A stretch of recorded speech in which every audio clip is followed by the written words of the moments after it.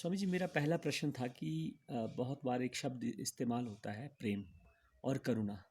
इन दो शब्दों को आप किस तरह से विभेद करेंगे इनके बीच में? प्रेम और करुणा। प्रेम शुरुआत है। पहले सांसारिक प्रेम है।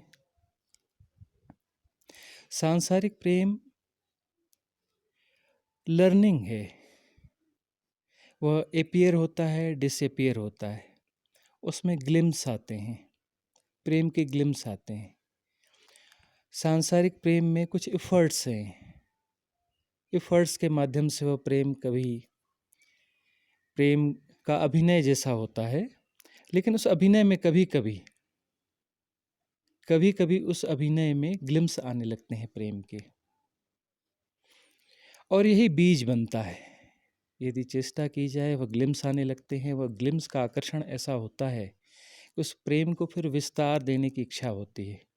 जब उसको विस्तार देने की इच्छा होती है और जिसमें जब हम डूबते हैं, तो फिर प्रेम जो है धीरे धीरे विकसित होकर के फिर वह स्थायी स्वभाव हो जाता है, स्थायी हो जाता है।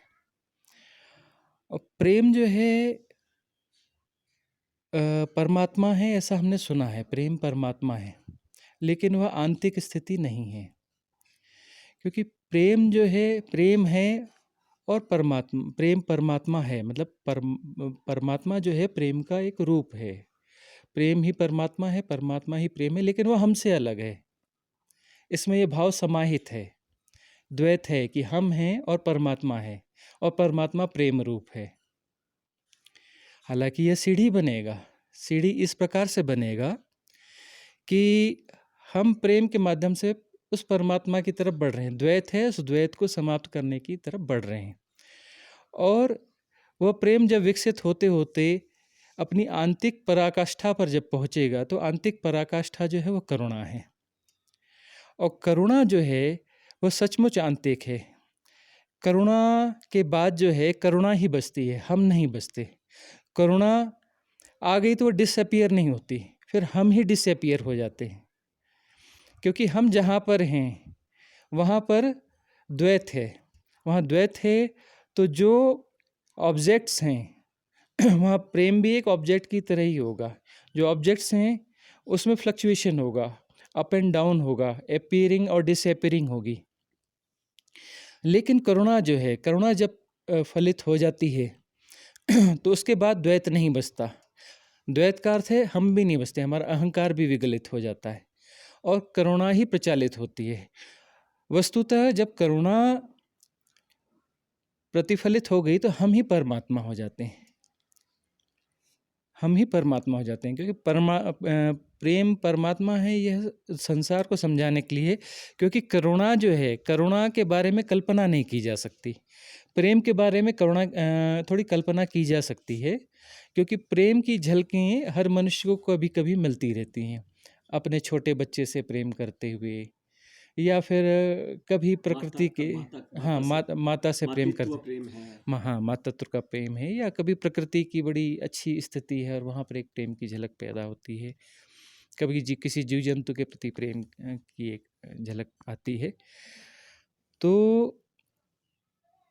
करुणा आंतरिक है, और करुणा के बारे में कल्पना नहीं की जा सकती। प्रेम के बारे में कल्पना की जा सकती, करुणा के बारे में कल्पना नहीं की जा सकती। लेकिन प्रेम मार्ग है, प्रेम मार्ग है, यह करुणा तक पहुंचाएगा। करुणा में हम प्रतिष्ठित हो जाते हैं, अर्थात हम डिसअपीयर हो जाते हैं, करुणा ही बचती है। तो वही उपलब्धि है। स्वामी जी, मैं इसी का एक अगला प्रश्न करना चाह रहा था कि यदि प्रेम ही सब कुछ है या करुणा ही सब कुछ है, तो हमारा जो बुद्धि है, जो हमारा माइंड है, उसका क्या रोल है हमारे जीवन में? बुद्धि जो है एक सुप्त क्षमता है, और मनुष्य में वह विकसित होती रहती है। जैसे जैसे संघर्ष पैदा होते हैं, उस संघर्ष में बुद्धि पैनी होती चलती है। संघर्ष ही बुद्धि के विकास का कारक है। बुद्धि का विकास ही तब होगा जब जितना संघर्ष होगा, और संघर्ष तब होगा जब हम में करुणा नहीं है। करुणावान व्यक्ति में, वह व्यक्ति संघर्ष में नहीं होता है। उसके लिए एक द्वैत होता ही नहीं है तो संघर्ष क्यों करेगा। और प्रेम में कम संघर्ष होता है, प्रेम में संघर्ष कम होता है, और सांसारिक प्रेम में संघर्ष होता है। सांसारिक प्रेम में हम देखते हैं कि लेन-देन होता हाँ, है। लेन-देन होता है, उसमें पति-पत्नी हैं, आज अच्छे हैं, कल उनमें विवाद हो जाएगा, फिर वापस प्रेम हो जाएगा, वो सांसारिक प्रेम में। उसमें सिर्फ़ ग्लिम्स आती है, वो प्रेम की सिर्फ़ झलकें मिलती हैं वहाँ पर। वह इम्पोज़्ड है, वह वास्तविक नहीं है। तो वास्तविकता के बीच-बीच में झलकें आती हैं, और जब प्रेम हो जाता है तो प्रेम में फिर व्यापार नहीं रहता। हाँ, व्यापार नहीं रहता, उसमें जो है एक-दूसरे में एडजस्ट करने की क्षमता रहती है, जो है ठीक है। उसमें प्रतिरोध नहीं रहता, या कोई दबाव नहीं होता है कि हाँ, शर्तें नहीं होती हैं। उसमें स्वीकार का भाव होता है। प्रेम जब होता है उसमें स्वीकार का भाव होता है। और करुणा में तो फिर किसी ऐसी ज़रूरत ही नहीं, करुणा ही अपने आप में परिपूर्ण है। और स्वामी जी, आपने कहा कि बुद्धि जो है वो प्रबंधन है। इसको हाँ। थोड़ा-सा हाँ, संक्षेप हाँ, में हाँ, हाँ। बुद्धि एक प्रबंधन है, क्योंकि अब यदि अनेक हैं, विभेद हैं, अलग-अलग हैं, द्वैत है, तो द्वैत है तो वहाँ पर उसको मैनेजमेंट करना पड़ेगा, मैनेज करना पड़ेगा, प्रबंधन उसका करना पड़ेगा। तो बुद्धि जो है, जब हम अलग-अलग मानते हैं चीज़ों को, तो वहाँ प्रबंधन के काम में आती है। चीज़ों को जहाँ हम अलग मानेंगे तो उन्हें व्यवस्था देनी पड़ेगी। व्यवस्था देने के लिए प्रबंधन करने के लिए बुद्धि काम आएगी। तो जितनी ज़्यादा हमें व्यवस्था करनी पड़ेगी, जितने ज़्यादा हमें प्रबंधन के कार्य करने पड़ेंगे, बुद्धि उतनी ज़्यादा विकसित होती जाएगी, उतनी पैनी होती जाएगी। तो संघर्ष और प्रबंधन, इनके बीच में बुद्धि विकसित होती है और बुद्धि अपना रोल निभाती है। और स्वामी जी, हम बात करते हैं दर्शन और धर्म की। हुँ। तो दर्शन से क्या हम धर्म की तरफ बढ़ते हैं, या धर्म से हम दर्शन की तरफ बढ़ते हैं? और दोनों का हमारे जीवन में क्या महत्व है? दर्शन और धर्म। दर्शन से हमारी क्षमता का विकास होता है। दर्शन का अर्थ होता है कि जो जैसा है उसको वैसा देखना। वैसे तो दर्शन के हमने बहुत सारे अर्थ कर रखे हैं। दर्शन को हम फिलॉसफी या कुछ इस प्रकार की चीज़ें भी कहते हैं, लेकिन वस्तुतः दर्शन का अर्थ है जो जैसा है उसको वैसा देखना। विवेचना। विवेचना न कह के इसको ऐसा कहेंगे, दृष्टिकोण नहीं होते हैं वहाँ पर। दृष्टिकोण। जहाँ पर दृष्टिकोण है कि हम किसी परिस्थिति को उसके किसी एक कोण से देख के समझने की कोशिश करते हैं, वह स्थिति है। और दर्शन में ऐसा होता है कि दृष्टि ऐसी होती है, दर्शन या दृष्टि कहने, समग्र दृष्टि, उसमें हम सिंहावलोकन कर रहे हैं, पूरी परिस्थिति को एक बार में देख रहे हैं। तो एक बार में देखने से वह उसके में कुछ एक्सरसाइज करने की ज़रूरत नहीं है, उसमें कोई निर्णय लेने की ज़रूरत नहीं है, वह समूची स्थिति अपने आप में स्पष्ट हो गई। तो वहाँ कोई विभेद नहीं बचा, तो फिर उसमें किसी एनालाइजेशन और विवेचना की ज़रूरत उसमें नहीं पड़ती है। तो दर्शन जब हमें उपलब्ध होता है तो फिर वहाँ पर जो है धर्म प्रकट होता है, क्योंकि वह अद्वैत हुआ। जहाँ अद्वैत है वहाँ धर्म है। हम अपने स्वभाव में प्रतिष्ठित हैं, बटे नहीं हैं। बटे नहीं हैं वहीं धर्म है। और जहाँ बट रहे हैं तो वहाँ पर जो है संसार है। जहाँ बटना है वहाँ संसार है। जहाँ अभेद है, जहाँ कोई बटाव नहीं है, द्वैत नहीं है, वहाँ परमात्मा है। वह परम स्थिति है। परमात्मा अर्थात वह परम स्थिति है। क्योंकि एक वो कहीं किसी सीरियल या उसमें कहीं वेदों में कहीं लिखा है, तो एक उस सीरियल में शायद आता था, क्या जब कुछ नहीं था तब भी मैं था, ऐसा। मैं समय हूँ। मैं समय हूँ। ये महाभारत के शुरू में कास्टिंग में चलता था कि मैं समय हूँ। हाँ, तो जब कुछ नहीं था तब भी मैं तब भी था, मैं था। और जब कुछ नहीं होगा तब भी मैं हूँ। हाँ, तब भी मैं रहूँ। समय, हाँ, मैं तो समय। हाँ, हालाँकि वह परिभाषा गलत है। समय तो होता ही द्वैत में पैदा होता है। हाँ, समय नाम की कोई चीज़ होती नहीं है, बहुत बड़ा इल्यूज़न है। समय अपने आप में एक भ्रम है। द्वैत में गतियों के द्वैत के कारण जो है, जो सापेक्षिक दृष्टिकोण जो रहते हैं, वह समय को जन्म देते हैं। समय कोई चीज़ नहीं होती है, देश काल एक भ्रम है। और स्वामी जी, जैसा आपका नाम मैत्रेय आनंद है, तो मैत्रेय अवतार की कब तक हम वो करें, इंतज़ार करें, या हो चुका है? अब मैत्रेय की स्टोरी बड़ी ये लंबी मेरा अंतिम स्टोरी है। प्रश्न है। हाँ, यह जो है हुआ यह था कि भगवान बुद्ध जो है जब शरीर छोड़ने वाले थे, तो उस समय बहुत लोगों का आग्रह हुआ करता था कि बाद में हमें कैसे क्या सपोर्ट मिलेगा। और एक बड़ी रहस्यपूर्ण स्थिति ये है कि उच्च चेतनाएं जो हैं, उच्चतम जो चेतनाएं होती हैं, उसमें 2500 साल में एक पीक बनता है। तो 2500 साल में जब एक पीक बनता है तो वह जो है कुछ बड़ा काम करके जाते हैं। बड़ा काम मतलब जब शरीर छोड़ने के पहले इस कॉस्मॉस में एक सपोर्ट सिस्टम बिल्ड करके जाते हैं। सुपर एनर्जी, जो सुपर एनर्जी है, पारलौकिक एनर्जी है, उसका जो है एक बहुत बड़ा सपोर्ट सिस्टम बिल्ड करके जाते हैं, जो कम से कम 2500 साल तक काम करेगा, अगले 2500 साल तक, जब तक कि दोबारा फिर उच्च चेतनाओं में कोई बड़ी पीक नहीं बनती है, और फिर जो है वो नया कोई सपोर्ट सिस्टम बनाएंगे या फिर उसे ही अपडेट करेंगे, जैसा भी है। तो वह जो है सपोर्ट सिस्टम उन्होंने बिल्ड किया था, लेकिन उस सपोर्ट सिस्टम में कुछ ऐसी चीज़ उन्होंने डाल दी, एक नया प्रयोग किया था उन्होंने। वह प्रयोग ऐसा था कि हमारे 7 शरीर होते हैं। तो 7 शरीरों में उनका कहना था कि जो दूसरा, तीसरा और चौथा शरीर है, जो इथरिक बॉडी है, कैजुअल बॉडी है, और मेंटल बॉडी है, जो साइकिक बॉडी है, यह 3 बॉडीज़ जो हैं, यह अपना ऊर्जा के रूप में वहाँ स्थापित रहेंगी, उसमें ऊर्जाएं पर्याप्त रहेंगी, और 2500 साल के बाद में कुछ ऐसी परिस्थिति प्रकृति बनाएगी जिसमें कि कोई पहले से पैदा हुआ बच्चा है, उस पहले से पैदा हुए बच्चे में वह 3 शरीर जो है उसके 3 शरीरों को रिप्लेस करेंगे। बच्चा वही रहेगा, लेकिन उसके 3 शरीर को रिप्लेस करेंगे। बाकी तो ऊपर तो जो शरीर होते हैं, 5वां, 6वां और 7वां जो है, वह तो मेटाफिजिकल हैं, पारलौकिक हैं। तो इहलोक में जो है 4 शरीर हैं, तो 4 शरीर में भौतिक शरीर है, भौतिक शरीर वही रहेगा, लेकिन 3 शरीर उसके रिप्लेस हो जाएंगे। तो ऐसा उन्होंने वह समायोजन किया हुआ था। तो जब 2500 साल पूरे होने को आए और जब मैत्रेय का जन्म नहीं हो पा रहा था, वो परिस्थितियां नहीं बन पा रही थी, तो चिंता हुई। उस चिंता में जो भी रहस्यदर्शी लोग हैं वो आपस में संगठित हुए।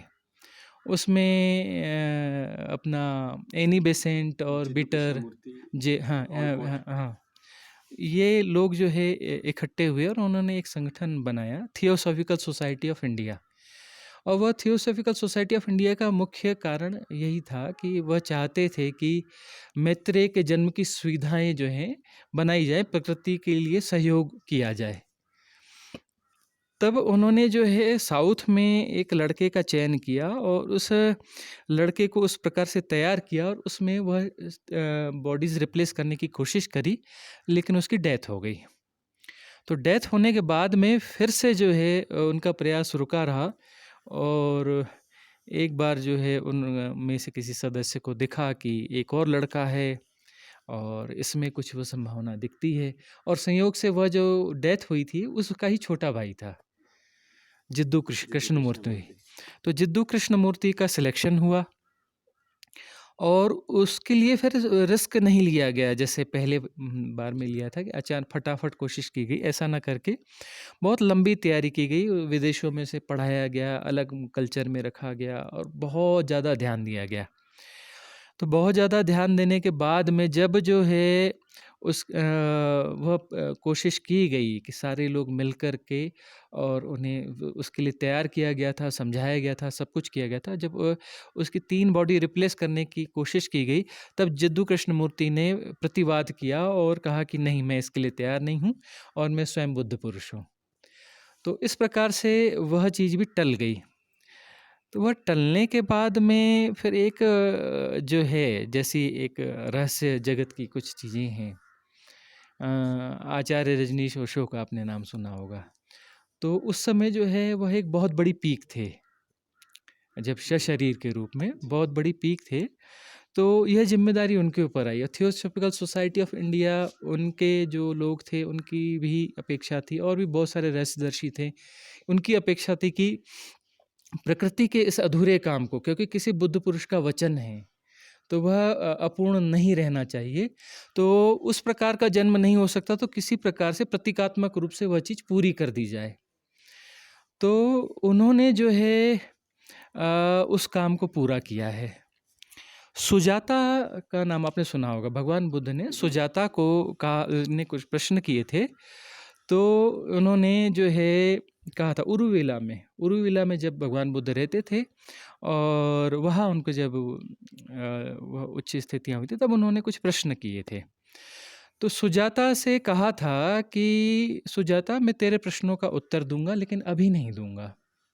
2500 साल के बाद मैं मैत्रेय के रूप में जन्म लूंगा और तब तेरे इस प्रश्नों का उत्तर दूंगा, तब उसके लिए योग्य परिस्थितियां होंगी। इस कारण से वह मैत्रेय वाली चर्चा चली और वह स्थिति बनी। जब उन्होंने कहा तब यह तय हुआ कि एक मैत्रेय का जन्म होगा। तब जो है आचार्य रजनीश ओशो जो है, उन्होंने फिर वह परिस्थितियां विनिर्मित की और उन्होंने अपने आश्रम में एक व्यवस्था बनाई और बहुत सारे लोगों का प्रतिबंध कर दिया कि ये लोग नहीं आ सकते। जो साधना में उच्च स्तर के लोग हैं उन्हें ही वहाँ का मैनेजमेंट दिया गया, सारी तैयारियाँ की गई और एक बड़ा मिरेकल हुआ, चमत्कार ही कह सकते हैं हम इसे, कि वह जो मैनेजमेंट है, देखिए प्रकृति ने कैसा मैनेज किया कि वह सुजाता जो है उसका जन्म हुआ था जापान में। वह धरती पर थी और उसका जन्म जापान में हुआ था और उसे कोई स्मृति नहीं थी पूर्व जन्मों की, लेकिन उसे जो है अपने आप प्रेरणा हुई कि मुझे अभी और तुरंत भारत जाना है। उसने तुरंत पासपोर्ट अप्लाई किया और तुरंत उसे पासपोर्ट मिला, तुरंत उसने तैयारी की, सारी व्यवस्था हो गई और वह जो है पूना एयरपोर्ट पर आई। और वहाँ आने के बाद में जो है वह अपना जो है उसको अपने आप पता चल रहा था कि मुझे कहाँ जाना है, जबकि उसको भारत के बारे में कुछ पता नहीं था। उसने अपने आप जो है वो टैक्सी वाले से कहा कि मुझे इस जगह पे लेके चलो, और जो है उस आश्रम में पूरी तैयारियां की गई थी। पूरा आश्रम फूलों से सजाया गया था, बहुत शानदार व्यवस्था की गई थी। और वहाँ जो है वो आचार्य रजनीश के नाम से उस समय वो जाने जाते थे। वह जो है गेट पर आके खड़ी हुई और गेट पर आके खड़ी हुई और खड़े होने के बाद में मुख्य गेट पर जब वो खड़ी हुई, उसके स्वागत में सब लोग खड़े हुए थे कतारबद्ध रूप से। तब जो है उस एक क्षण में उसे पूर्व जन्मों की सारी स्मृतियां आ गईं। सुजाता जो थी 2500 साल पहले, इस बीच में बहुत सारे जन्म हुए होंगे, तो अपना जो है उसे वो सारी स्मृतियां आ गईं और सारी स्मृतियां आ गईं, लेकिन वह जापान में जन्मी थी। जापान का भी उसके मस्तिष्क में, अवचेतन में वहाँ की भाषा और सब कुछ था ही। तब उसने एक जो है जापानी शब्द का उच्चारण किया। हमें लगता है ओशो का ये नाम आया कहाँ से? तब वो जो जापानी नाम है, तो वो जापानी लड़की ने, जो कि पूर्व जन्म में सुजाता थी, उसने जो है 3 बार जोर-जोर से पुकारा, ओशो, ओशो, ओशो, वो जो हाथ उठा के वो किया।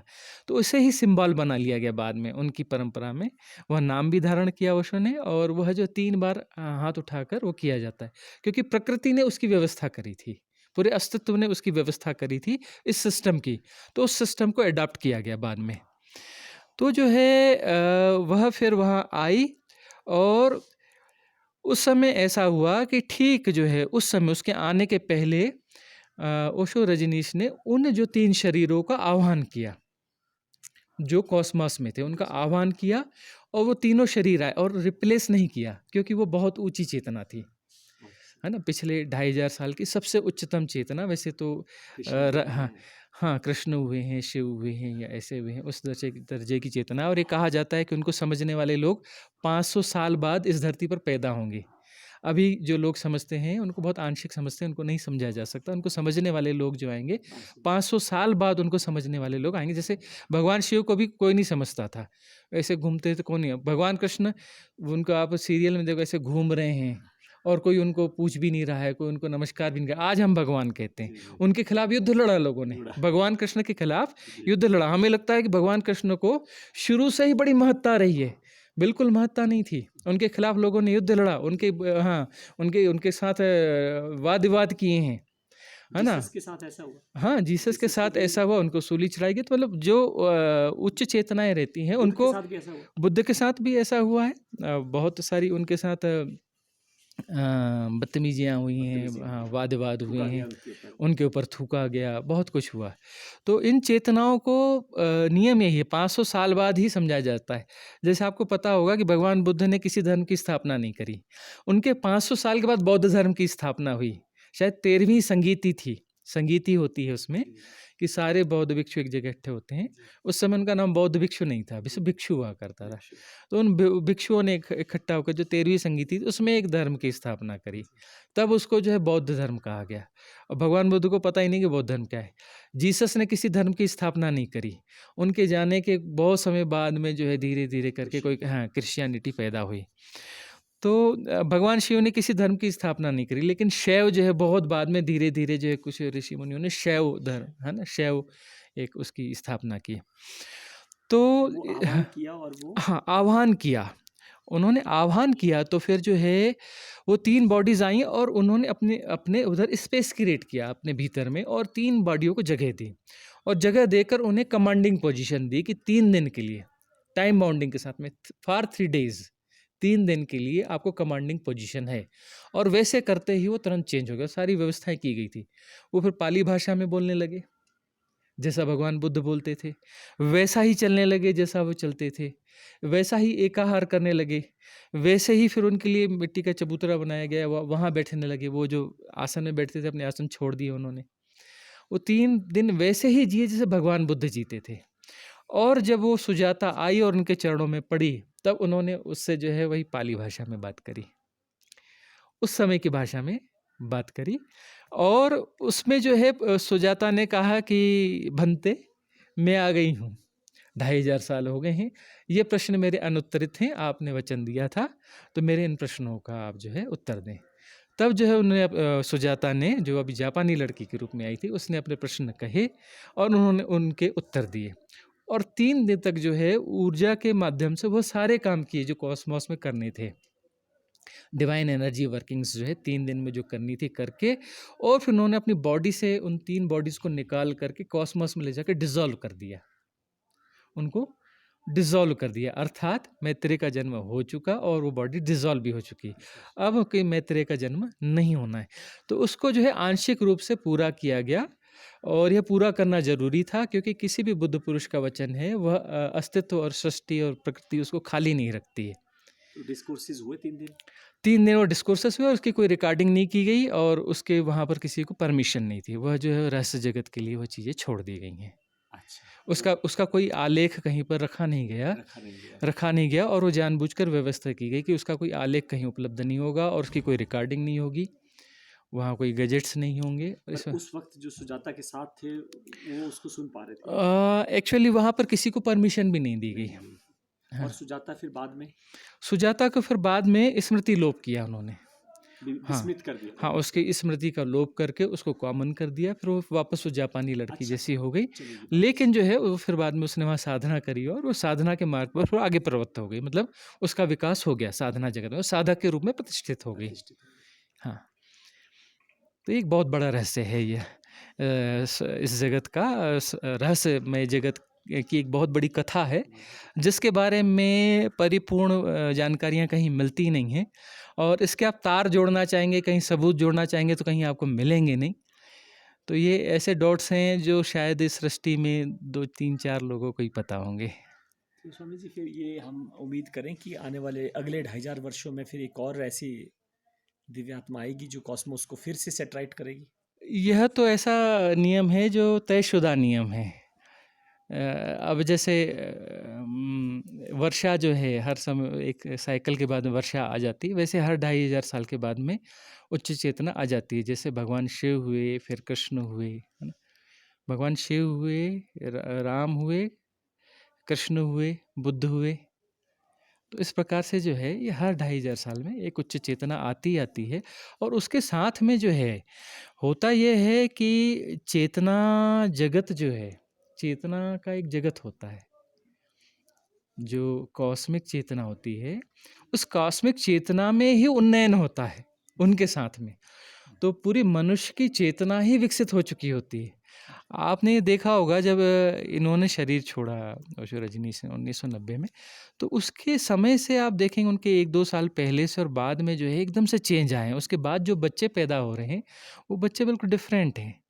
टेक्नोलॉजिकली बहुत ज़्यादा जानते हैं, बहुत सारी चीज़ें जानते हैं। मतलब जो चीज़ें पहले 10 साल में नहीं सिखाई जा सकती थी, वो बच्चा 2 दिन में सीख लेता है। तो यह विकास जो है उन्होंने चेतना का पूरा उन्नयन कर दिया, बहुत ऊँचा उन्नयन कर दिया। तो हाँ।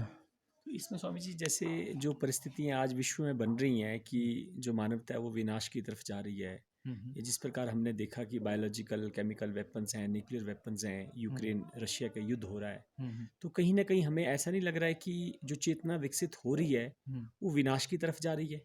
हाँ, विनाश की तरफ तो जाएगी जाएगी, क्योंकि चेतना जो विकसित, वह जो चेतना का तल उन्नयन हुआ है, उसमें जो है ये एक धन की तरह होता है। जो कॉस्मिक चेतना एक धन की तरह रहती है। कोई उसमें अंबानी होता है, कोई अडानी होता है, कोई है ना वॉरेन बफेट होता है, और कोई गरीब होता है। वहाँ पर भी यही है, वो धन उसकी क्वांटिटी निश्चित होती है। धन बढ़ रहा है लेकिन फिर भी अपना उसकी क्वांटिटी का एक निश्चित होता है। हर कोई धनी नहीं हो सकता है, उसमें गरीब होते हैं, धनी होते हैं। तो जो उसके गरीब लोग हैं, जो चेतना के तल के गरीब हैं, इस धन की बात नहीं कर रहे, वो लोग जो है विनाश की तरफ बढ़ रहे हैं। और जो उच्च लोग हैं वो अपने विकास की तरफ बढ़ रहे हैं, और वो सृजन की तरफ बढ़ रहे हैं। तो यह तो होता रहेगा, और सृष्टि का अपना बैलेंसिंग का ये अपने नियम है कि आबादी ज़रूरत से ज़्यादा होगी तो उसमें अपने आप कुछ ऐसे विनाशकारी प्रवृत्तियाँ पैदा होंगी, और लोग मरेंगे, और उनके मरने से जो है, उनके मरने से भी साधना जगत में बड़ी क्रांतिकारी घटनाएँ होती हैं। ऐसा लगता है कि समूह में विनाश हुआ तो ये बड़ा विनाश, अब कृष्ण के समय में इतना युद्ध हुआ और कितनी लाशें बिछ गई कुरुक्षेत्र में, लेकिन उस समय जो है चेतना के तल पर कितना विकास हुआ, है ना। चेतना के तल पे कितना भगवान कृष्ण की उपस्थिति थी, और जो रहस्य कुछ जानने वाले लोग थे उन्हें पता था। भगवान कृष्ण को तो लोग उस समय नहीं मानते थे, वो कुछ लोग मित्र मानते थे, कुछ ऐसा दुश्मन मानते थे, कोई कुछ मानते थे। भगवान कृष्ण को भी कथाओं के समय ऐसा लगता है कि जानते थे। भगवान कृष्ण को मानने वाले 1000, 2000, 5000 से ज़्यादा, या 10-20 हज़ार से ज़्यादा लोग नहीं रहे होंगे कि जो उनको जानते थे कि भगवत स्वरूप है। कृष्ण ने अर्जुन ने भी कितने क्वेश्चन किए, कितने प्रति प्रश्न किए, कितना कुछ किया, और कितने मुश्किल से उसने स्वीकार किया, जो कि उनके हमेशा साथ में रहता था। उसको भी ये भरोसा नहीं था अंदर से कि ये भगवत स्वरूप है। तो वही स्थितियाँ होती हैं कि अभी जो ये विनाश है, विनाश होगा, और इस विनाश में जो है, जो कुछ चेतनाओं को बहुत ज़्यादा बेनिफिट होगा, और वो उच्च स्तर को जाएँगी, और ये सब जो है स्वाभाविक घटना है, इसमें अस्वाभाविक कुछ भी नहीं है। जैसे स्वामी जी हम बात करते हैं ना कि हमारे जो प्राचीनतम ऋषि मुनि संत रहे हैं, उन लोगों ने किस प्रकार से वो चेतना को हासिल किया, तो उसका एक जो स्पष्ट प्रमाण है वो मुझे लगता है कि हमारा ये जो ज्योतिष शास्त्र है। हाँ, हाँ। अब ज्योतिष जो है उस वक्त जो गणनाएं थी और जो ग्रहों की स्थितियां थी, वो उस वक्त उन्होंने उसको अंकित किया, जबकि ना हमारे पास कोई टेलीस्कोप था, ना कोई ऐसा भौतिक उपकरण था। तो उसको थोड़ा सा आपसे मैं सुनना चाहूँगा कि भी वो किस प्रकार से उन्होंने देखा कि ये शनि है, ये बुध है और ये सूर्य है। ये स्वामी जी थोड़ा बताएंगे। ये जो उच्च चेतनाएँ होती हैं, उच्च चेतनाएँ, उनके पास बहुत सारी क्षमताएँ होती हैं। जो सूक्ष्म शरीर होता है हमारा, तीसरा शरीर, कैज़ुअल बॉडी, यह जो सूक्ष्म शरीर है, ये इसके माध्यम से वह यात्राएँ करते हैं, और उन यात्राएँ करके जो है अब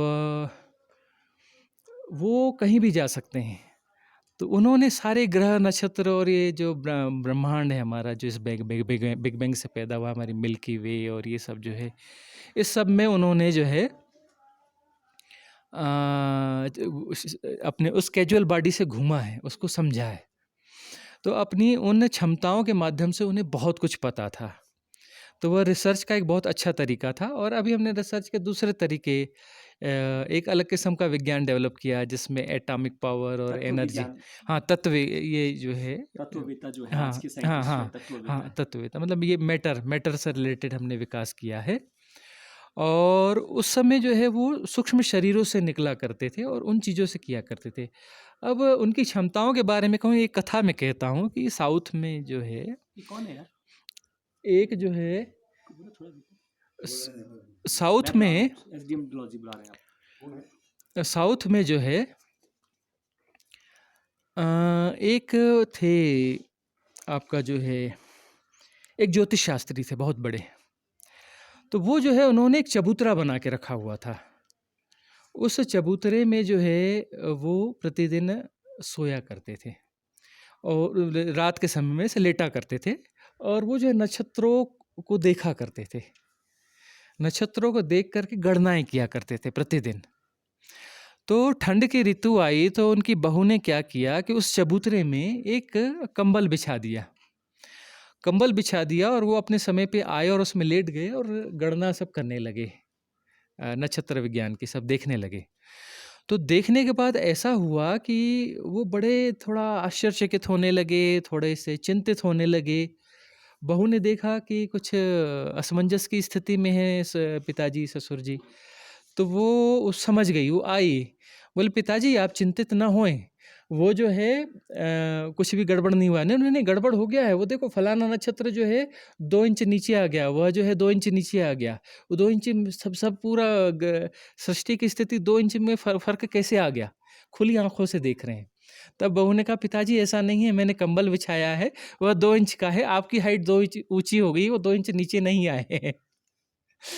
तो वह जो है खुली आंखों से उनकी गणनाएं कितनी परफेक्ट थी कि वो 2 इंच को हम नाप पा रहे थे।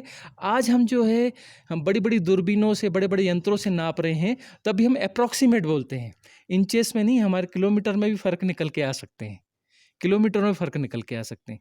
पुरानी बहुत सारी गणनाएँ जब हम देखते हैं और अभी के विज्ञान से मिलाते हैं, तो थोड़ा बहुत फ़र्क मिलता है। और थोड़ा बहुत फ़र्क क्या है कि ये जो अभी के विज्ञान ने जो गणना की है, इसमें गड़बड़ी है, उसमें गड़बड़ी नहीं है। हाँ, तो वह जो है अपनी जो अंदर साइकिक पावर्स थी, कैजुअल बॉडी की जो पावर्स थी, षष्ठ केंद्र है, छठी इंद्रियाँ थी, तो अंतर जगत की उनकी जितनी भी क्षमताएँ थी, वो पूर्ण विकसित उन्होंने की हुई थी। इसलिए ज्योतिष के जो है, वास्तविक ज्योतिष जो है, वह बहुत गजब का ज्योतिष है। अब एक जो है साउथ में आपने सुना होगा अगस्त्य मुनि की नाड़ी ज्योतिष परंपरा। तो वो तो उस समय भोजपत्रों पर सबकी कुंडली बनाकर चले गए, चाहे वो अंग्रेज हो, चाहे मुसलमान हो, चाहे हिंदू, कोई भी व्यक्ति जाएगा और जाएगा तो उसके अंगूठे का निशान लिया जाएगा। कोई अच्छा यदि जानकार है, उसमें मुश्किल से 1% लोग अच्छे जानकार हैं, बाकी तो सब अपना वो नकली और धंधे करने वाले घुस गए हैं इसमें भी। तो वो जो 1-8% कोई बचा होगा, या वो तो थंब का निशान लेगा तो आपसे कोई क्वेश्चन नहीं करेगा वो जाएगा और अपनी वो जो है वो ढूँढेगा भोजपत्र, वो जो ढूँढेगा उसके ना, उसको पट्टी बोलते हैं वो लोग, वो पट्टी ढूँढेगा आपकी। वो पट्टी उसको मिल जाएगी, फिर वो आ जाएगा। वो फिर जो है एक आध क्रॉस क्वेश्चन करेगा, इतने भाई, इतने बहन, या ये ऐसा, या पिताजी एक्सपायर हो गए। एक आध चीज़ वो स्ट्रेस करेगा। उसके बाद हाँ ठीक है, आपका नाम ये है, हाँ जी, आपकी माँ का नाम ये है, आपके पिता का नाम ये है, आप इतने भाई, इतने बहन, आपकी आपकी जन्म तिथि फलानी है, इस तारीख को आप इतने बजे जन्मे, है ना? आपकी पत्नी का नाम फलाना है। और जो बहुत जानकार हैं वो तो ये तक बताते हैं कि जो गाड़ी का मॉडल अभी आया भी नहीं, है ना? वो बोलेंगे आप जो है 5 साल बाद इस कलर की ये गाड़ी खरीदोगे, वो कंपनी अभी बनी नहीं है। वो बता देंगे ये कंपनी की गाड़ी आप खरीदोगे जो कंपनी अभी है ही नहीं, और इस कलर की गाड़ी खरीदोगे। उसमें तो वो सारा कुछ बता देते हैं। भृगु संहिता जो है वो इसी से जुड़ा हुआ है ना, जैसे होशियारपुर में भृगु संहिता है। भृगु संहिता अलग है, भृगु हाँ पूर्व जन्म का पूरा बता देती है। हाँ हाँ, इसमें अगस्त मुनि वाले में पूर्व जन्मों का भी बता देते हैं। उस परंपरा में सभी ज्योतिष, बहुत सारे मार्ग इसमें ज्योतिष में भी निकले और सब अपनी जगह परफेक्ट हैं, लेकिन उनके जानकार अब वैसे नहीं बचे। अब आधा अधूरा ज्ञान है और उस आधे अधूरे ज्ञान के हिसाब से चीज़ें चल रही हैं। छोटी मोटी गणनाएं वगैरह कर लेते हैं, उसमें कुछ अंदाजन अप्रोक्सीमेट चीज़ें निकलती, परफेक्ट कहीं नहीं निकलता है। तो लेकिन चूंकि वो पट्टी बहुत पुरानी है, उस समय की है, अगस्त मुनि के समय की है। साउथ में कौन सी जगह में? साउथ में ये बहुत सारी जगह पर है, लेकिन इसका केंद्र चेन्नई है मुख्य रूप से, और श्रीलंका में इनके बहुत बड़े बड़े स्टोरेज हैं। जो पट्टिकाओं के, और ये स्टोरेज उनके भारत में कई जगहों पर हैं। किसी की पट्टी यदि नहीं मिलती है तब वो कहते हैं कि आपकी पट्टी हम बुलवाएंगे, वह जो थंब का मार्क जो फिर भेजते हैं। तो अब क्या हो गया, अब तो सुविधा हो गई, व्हाट्सएप से थंब का मार्क भेज देते हैं, वो ढूंढते हैं पट्टी, तो फिर वो जो है पार्सल से आ जाती है उनके पास में, फिर वो कॉल करते हैं कि आपकी पट्टी मिल गई है, आप आ जाओ। स्वामी जी, इसका मतलब ये हुआ कि ज्योतिष अगर इतना स्टीक है तो कहीं ना कहीं हमारी जो कर्मा की जो थ्योरी है वो भी बहुत स्टीक होगी। हाँ, कर्म की थ्योरी इससे तो, जुड़ा हुआ है। क्योंकि देखिए ये जो शरीर है और मन है, मन ही शरीर का रूप धारण कर रहा है ना। मन और शरीर आपस में जुड़े हुए हैं। जब टूटेंगे तो मन जो है सूक्ष्म रूप में एक पिन पॉइंट के रूप में उसका जो ब्लूप्रिंट सारा जो है वो चला जाएगा और फिर से वो एक शरीर को ग्रहण करेगा। फिर वो शरीर को ग्रहण करने के साथ दोनों एक हो जाएंगे, फिर साइकोसोमेटिक हो जाएंगे। तो वह जो है उसके अंदर जितने भी इम्प्रेशंस हैं, पूर्व संग्रहित जो भी इम्प्रेशंस हैं, जो भी संस्कार हैं, उसके रिलेटिवली वह जो है रिएक्ट करता है। तो उसके रिलेटिवली जब रिएक्ट करता है तो वही कर्म श्रृंखला है, क्योंकि वह तय है कि मतलब इसके पास इतने संस्कार हैं और इस परिस्थिति में वो क्या निर्णय ले सकता है। यह परिस्थिति आएगी तो वैसा ही निर्णय लेगा वह, क्योंकि उसका तयशुदा है, अंदर पूर्व संस्कार संग्रहित हैं।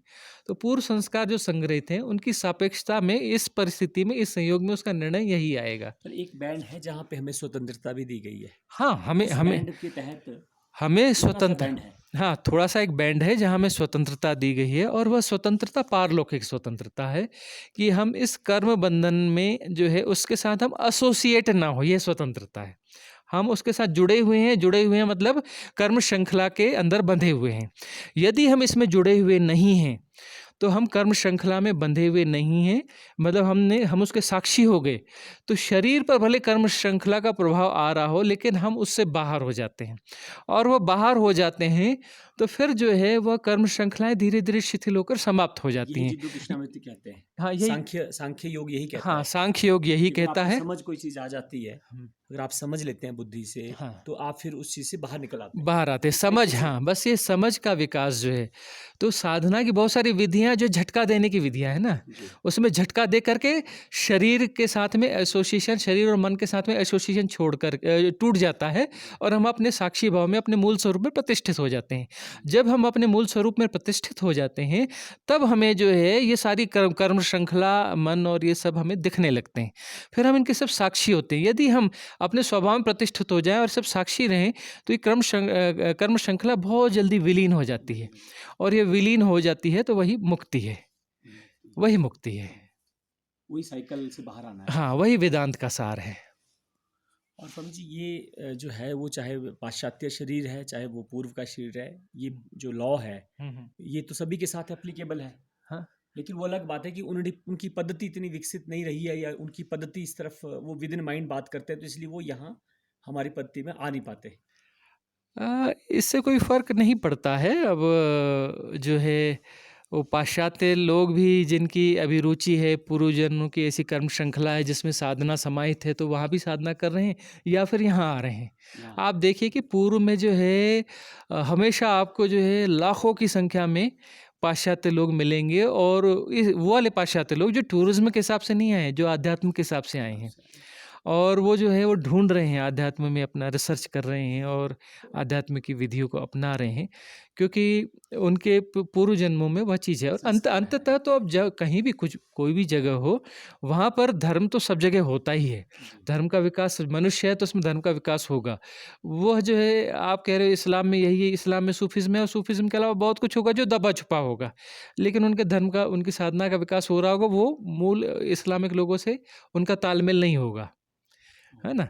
ऐसे अब क्रिश्चियनिटी में भी जो मूल कट्टर क्रिश्चियनिटी है उनसे उनका तालमेल नहीं होगा, वो चुपचाप अपनी साधनाएं कर रहे होंगे और वो निकल के यहाँ आते हैं। तो यहूदी परंपराओं में भी ऐसे होंगे, सब में ऐसे होंगे। अब हिंदू परंपराओं में भी कुछ लोग जो हैं बिल्कुल लकीर के फ़कीर हो जाते हैं, है ना, फ्लेक्सिबल नहीं होते, जबकि धर्म फ्लेक्सिबल होना सिखाता है। साधना में फ्लेक्सिबल होंगे तभी साधना में बढ़ेंगे। तो यहाँ पर भी जो है वह धारा चुपचाप चुपचाप चल रही होती है, अपनी अपनी साधना वो लोग कर रहे होते हैं। वो सामूहिक बड़ी जो चीज़ें हैं उसमें शामिल नहीं होते हैं या औपचारिक रूप से शामिल होते हैं, लेकिन अपनी साधना चुपचाप करते रहते हैं। तो साधक हमेशा कम ही होते हैं जो गहन साधक होते हैं, लेकिन बाकी भी अपनी उनकी साधना यात्रा तो सबकी चल रही है। धीरे-धीरे तो सब विकसित हो रहे हैं। अब विकसित हो के मनुष्य तक जो आ गया है, मनुष्य से परमात्मा तक भी वो जाएगा ही जाएगा। सबको जाना है परमात्मा, सबको परमात्मा होना है, अपने मूल स्वरूप में सबको जाना है, मूल स्वरूप से निकला है, मूल स्वरूप में सबको जाना है। उसी यात्रा का ये हिस्सा है, साइकिल है, साइकिल अपना पूरा होगा ही होगा। उसमें चिंता की कोई बात नहीं है, बस गति का सवाल। साधना का मतलब ये है हम अपनी गति को बढ़ा लेते हैं और वह जो है बीच के जो बैरियर्स हैं वो अपना जो है विलीन विड्रॉ होते जाते हैं, डिसअपियर होते जाते हैं। ठीक है स्वामी जी, बहुत बहुत